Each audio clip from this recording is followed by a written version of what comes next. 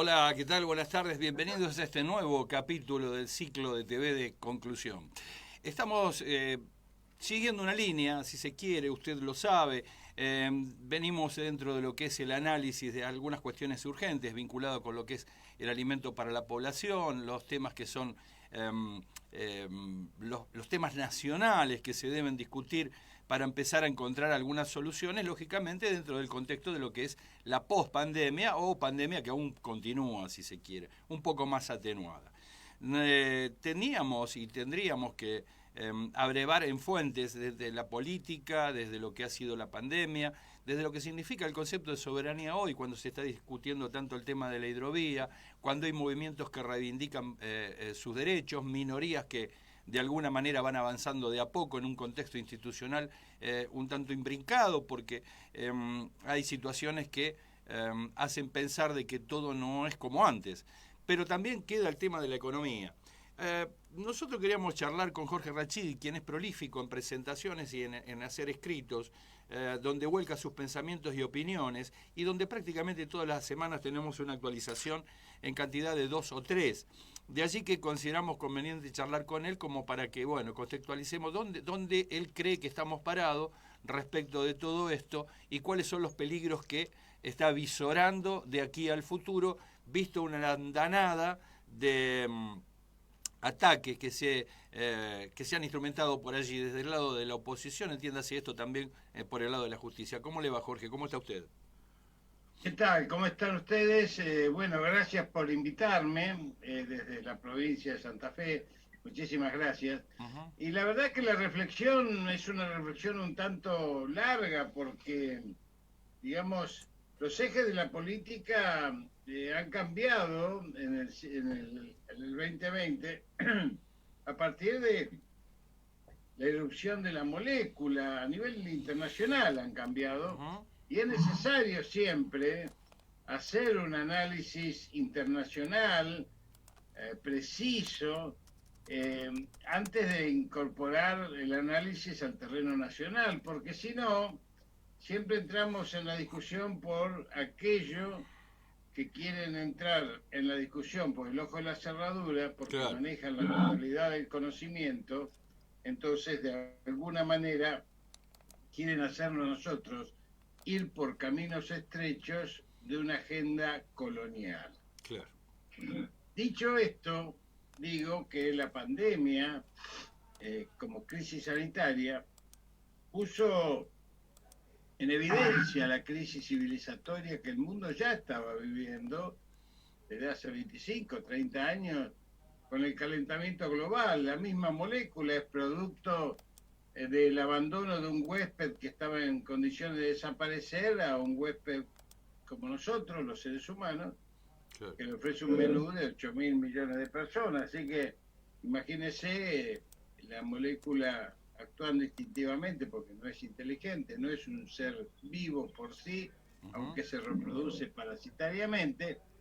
Entonces, esta crisis civilizatoria, ¿en qué consistía? Un calentamiento global, un agravio a la naturaleza, una desertización de las tierras fértiles, un hambre profundo, muy profundo, en el seno de las comunidades y los pueblos. Y esto me parece que es un tema no menor que necesita, de alguna manera, combinar cuáles son los elementos lesivos que fueron tallando esta realidad, que son, por un lado, la financiarización de la economía, Sí, los claro. fondos de inversión buitre, estos que son supranacionales y arrasan soberanía, medios hegemónicos a nivel internacional que ocultan o tergiversan o persiguen todo aquello que no consolida Uh-huh. el establishment, el régimen, fundamentalmente el régimen ese capitalista, financiero, feroz, brutal e inhumano, que la verdad es que hace aparecer como el capitalismo del principio del siglo productivo como si fuese prácticamente una acción revolucionaria, cuando estoy hablando del siglo XX, ¿no? Claro. Entonces, hemos naturalizado la muerte, mueren 24.000 personas por día de hambre por la acumulación de la riqueza, y esta crisis puso todo esto, sanitaria, puso todo esto en vilo, con caída de los mercados, de las bolsas, caída de las empresas y obviamente un salto dramático de más de 2 millones y pico de muertos en un año, y nos íbamos a 4 millones si no aparecía los avances científicos tecnológicos de la vacuna, que sigue replicando el modelo que nos llevó a esta situación, porque siguen siendo las patentes y los fondos de inversión supranacionales quienes se quedan con la vacuna, y esto es lo que está produciendo la tremenda convulsión en el mundo, en especial el mundo del norte, ese mundo llamado occidental, que se está obviamente carancheando a sí mismo como los cadáveres en la ruta en un verano a las 3 de la tarde cuando atacan los caranchos. Sí, claro. O sea que esta situación la Argentina la vive de rebote, porque la Argentina tuvo políticas que le permitieron ir hacia soluciones más rápidas, aunque después obviamente empezaron las convulsiones que venían del exterior, en especial en la provisión de vacunas, que hoy se disputan todo el mundo. Pero hoy estamos número 24 en vacunación entre 202 países del mundo. Tenemos contratadas ya 61 millones de vacunas, y las que estamos cerrando 1 millón que va a venir. Hoy salió el avión a buscarlas a China, Sinopharm, más 2 millones que van a venir de AstraZeneca India. Así que la Argentina va a seguir su ritmo, quizá un poco más lento que pensábamos, pero ya llevamos vacunados y vamos a llegar pronto, este fin de semana, si Dios quiere, al 1 millón y pico de personas vacunadas. Así que, desde el punto de vista político, una oposición que no cesa, una oposición que sigue atacando, una oposición que pudo ahora aprovechar un error del ministro de Salud, ese ministro de Salud que junto con Daniel Goyan, Chinés y Daniel Goyan, son los mejores ministros de salud que tuvo la Argentina en todo el periodo democrático, y que además, Chinés en el caso especial, con 80 años, sobre sus espaldas, reconstruir una salud pública destruida por el gobierno anterior, el gobierno neoliberal saqueador y realmente inhumano y brutal que tuvo el macrismo esos 4 años, atentando contra la gente, dejando vencer las vacunas, destruyendo el sistema público, disminuyendo la categoría de salud, y la verdad es que eso tuvo que pelear con eso, pero también tuvo que pelear con la pandemia, el virus, sabiendo que no lo podíamos derrotar, pero pudimos equipar y multiplicar las camas UTI, pudimos multiplicar los esfuerzos, y la Argentina no colapsó. Tenemos buenas noticias, pero ¿qué pasa? Tenemos mucho fuego que llamaríamos amigos, como en una guerra, si usted tiene la mitad de la población o una parte importante de la población que le tira tiro por la espalda. Y esto es lo que pasó con una oposición furiosa, realmente que combatió cada una de las políticas sanitarias que se llevaban adelante, lo cual deterioró la confianza pública del pueblo argentino en esas políticas, y algunos no solamente al principio contra la cuarentena, sino al final contra las vacunas, lo cual implica un gravísimo atentado a la salud pública que ha merecido ya una presentación judicial, justamente porque el Código Penal Procesal castiga con 2 a 6 años de prisión a quienes atenten contra la salud pública. Y atentados múltiples de periodistas, de políticos, de opinólogos, incluso de médicos e incluso de algunos presentadores que sugerían tomar dióxido de cloro, que es algo que se compra en la ferretería para curar la pandemia. Así que esta sería la introducción, Aldo, para no hacer un monólogo. Sí, no, estaba escuchando atentamente. De todo eso me surge, y frente a esta postal que usted nos describe, una pregunta. Yo quiero apelar a sus años, como militante político, como exfuncionario y actual funcionario, como médico, sanitarista que ve las cosas con otro filtro. Preguntarle cuál cree, en función de dar una suerte de respuesta a este contexto complicado que vivimos, según su experiencia en todas estas esferas, ¿cuál cree usted que es la prioridad en términos de resolución como desafío para el gobierno tratando de encontrar una solución, ¿no? Creo que en este momento, así como cuando asumimos, yo no soy funcionario, soy docente de capacitación en la provincia, un puesto que yo mismo pude elegir, y gracias a Dios me gusta la docencia, Sí. y estamos capacitando muchísima gente, como capacitamos los 36.000 vacunadores que hoy están desplegados, junto con el personal de salud desde hace 2 meses. Así como al principio del gobierno, Alberto Fernández y Cristina y Kicillof y los gobernadores tuvieron que enfrentar esa crisis que obviamente dejó al país sin recursos y un endeudamiento feroz, pero una emergencia social de dolor social profundo, y también las epidemias del dengue y del sarampión, sí, hay que decirlo. Y como nos preparamos para eso, y pudimos hacerlo con una planificación estratégica, en lo sanitario y en lo político.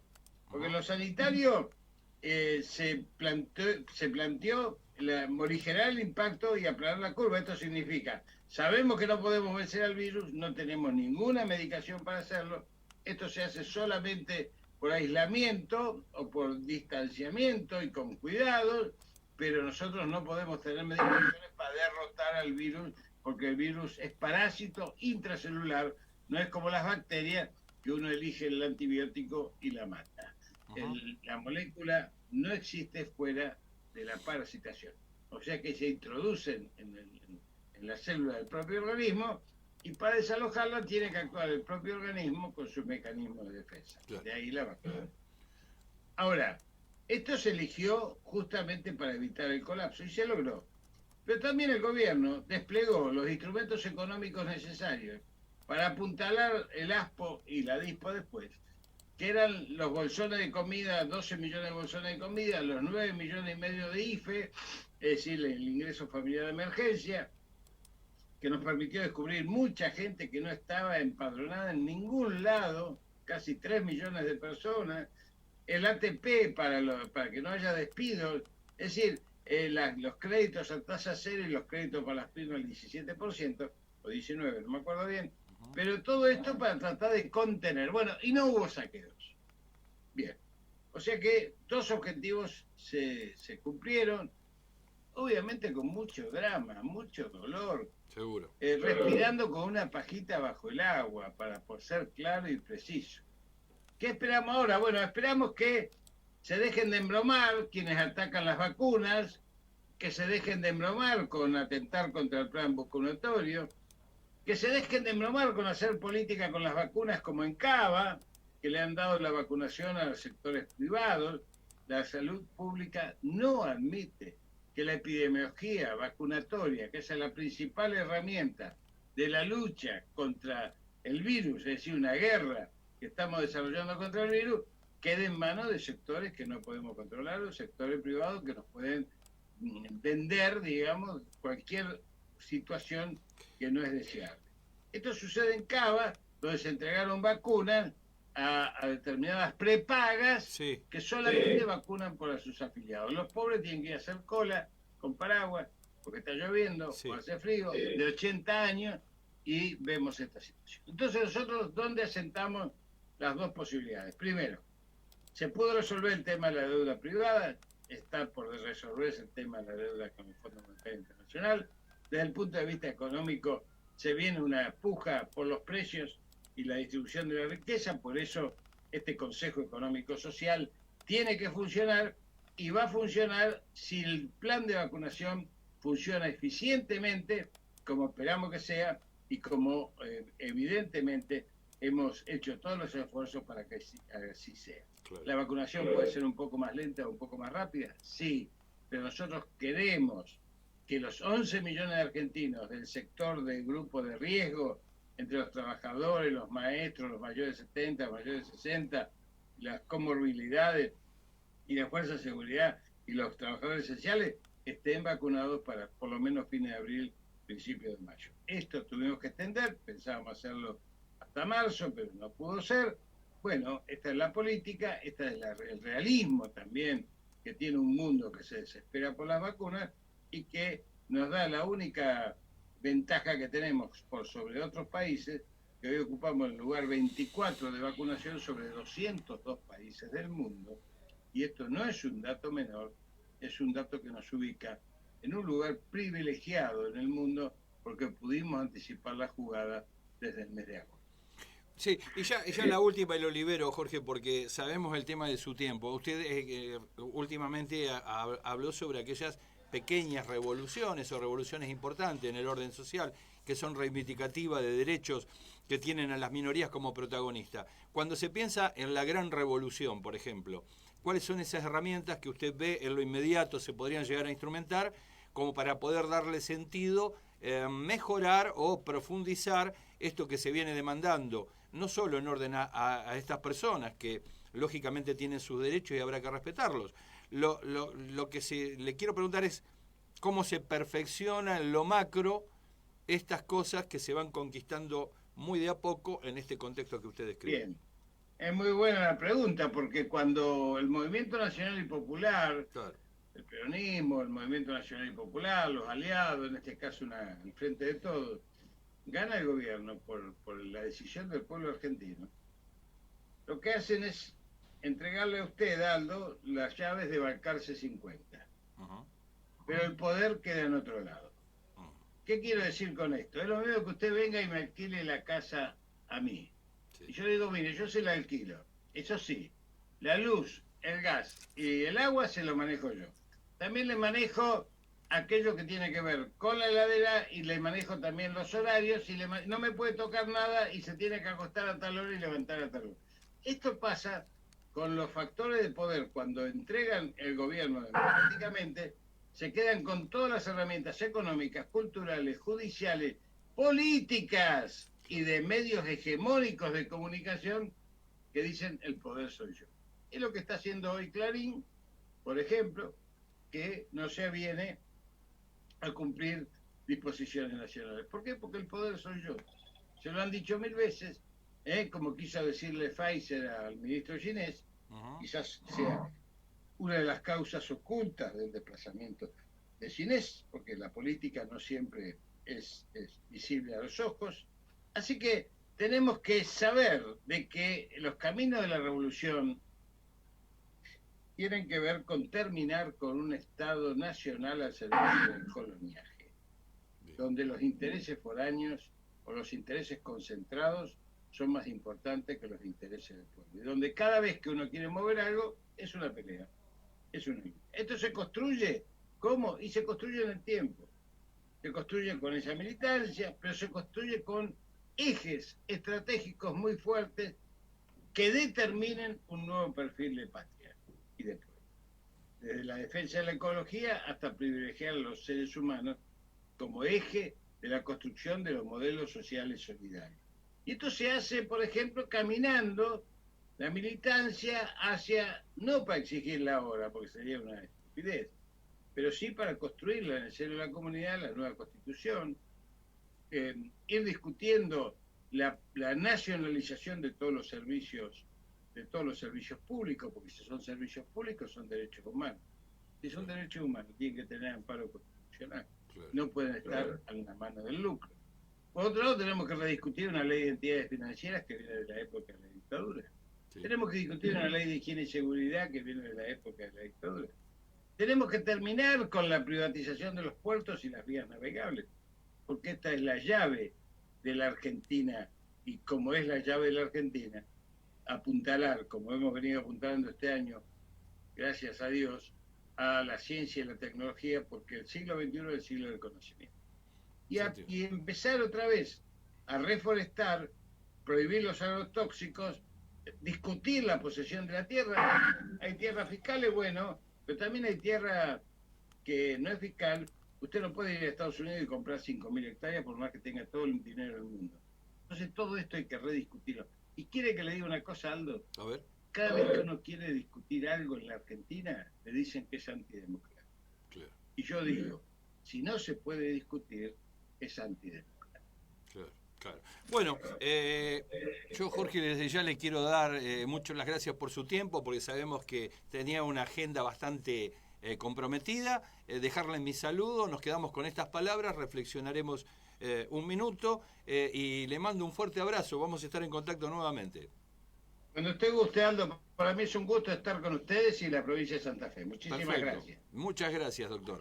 Bueno, escuchábamos al doctor Jorge Rachid desgranando algunos temas vinculados a algunas preguntas que le formulamos en función de algunos escritos que él había hecho circular y que nos habían llamado la atención.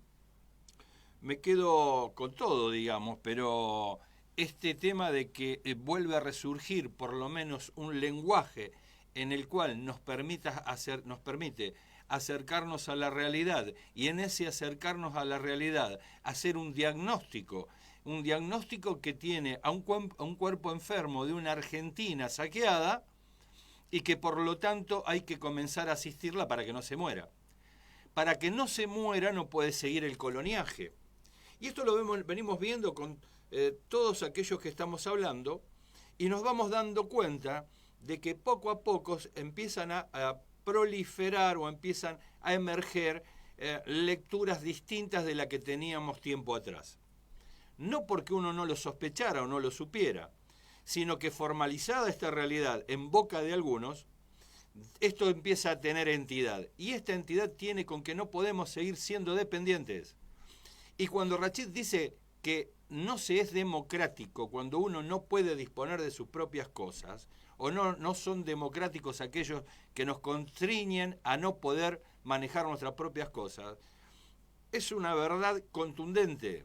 No puede haber democracia en el ámbito social en el que un pueblo no pueda disponer de sus propios recursos, que hoy están enajenados, que han sido vendidos, otros que por su propia explotación hoy son parte del saqueo. Si no es la elusión, es la evasión, y si no el contrabando. Entonces, señores, si vemos que hay un gran negociado en la hidrovía, un gran negociado en los fletes de Montevideo a Buenos Aires, un gran negociado que ha establecido Inglaterra con la institucionalización de la venta del pescado que roba en el sur de Argentina, y no nos hacemos cargo de que también tenemos un mar argentino, y si permitimos que algunas petroleras hagan lo que quieran, a declaración jurada sencillamente, o que se lleven tierras raras, como nos comentó ayer Alcir Argumedo al decirnos que se están llevando prácticamente en concepto de contrabando 8.200 millones de dólares. Ponga usted en peso lo que es la hidrovía, donde algunos de los consultados nos hablaban de 80.000 millones, se fugaron 80.000 millones, tenemos 5.000 en fletes Montevideo-Buenos Aires, tenemos pérdida por 12.000 millones en el tema de pesca. Imagínense que estamos hablando prácticamente que los argentinos no tenemos para nuestras políticas públicas casi 150.000 millones de dólares por año. ¿A usted le parece poco? La dependencia cuesta, y cuesta todos los días, y cuesta cuando nos encontramos que chocamos en cada momento con los empleados de estos grupos que, estando en distintos estamentos del Estado, resuelven en función de los intereses de ellos, no de la mayoría del pueblo argentino. Usted sabe de lo que yo le hablo. Y usted lo puede ver, lo puede visualizar, sabe quién le hace el cuento cada vez que prende una pantalla. Pero claro, eso no dura mucho tiempo. Usted va a la realidad, va al supermercado y todo lo que le dijeron es mentira. Bueno, hasta aquí hemos llegado a este capítulo del ciclo de entrevistas del canal de TV del diario Conclusión. Tanto Sebastián Moreno como Aldo Batizaco te dicen que nos encontramos en la próxima. Y dentro de un rato con un connotado investigador, el doctor Lerena, quien es especialista en el tema pesca y saqueo en el mar argentino. Nos va a contar quién se lleva la riqueza argentina. Así que esperanos, será alrededor de media hora. En media hora volvemos y estamos con vos. Chau, hasta luego.